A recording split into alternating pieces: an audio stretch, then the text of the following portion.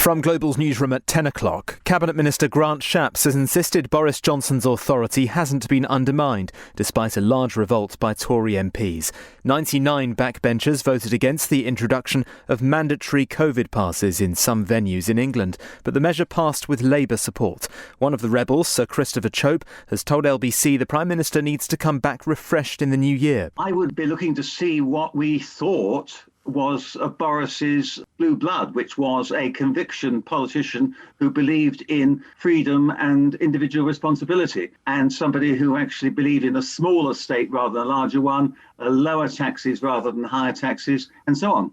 Omicron is expected to be the dominant coronavirus variant across the EU by mid-January.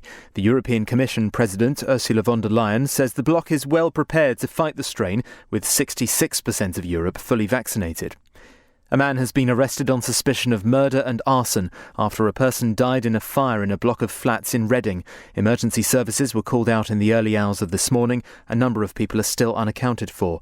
Ollie Cyril is a local journalist in the area. A few people have told me that they heard screams coming from the affected flats, which are now completely charred. Firefighters are still currently at the flats. We can still see smoke coming from the area, but we can see the scaffolding from the roof. Tiles are being removed to make the area safe. Labour says the latest inflation figures are a stark illustration of the cost of living crisis facing families this Christmas. The Consumer Prices Index rose to 5.1% in November, the highest in a decade and more than double the Bank of England's target. Chancellor Rishi Sunak says the government is spending £4.2 billion to support living standards.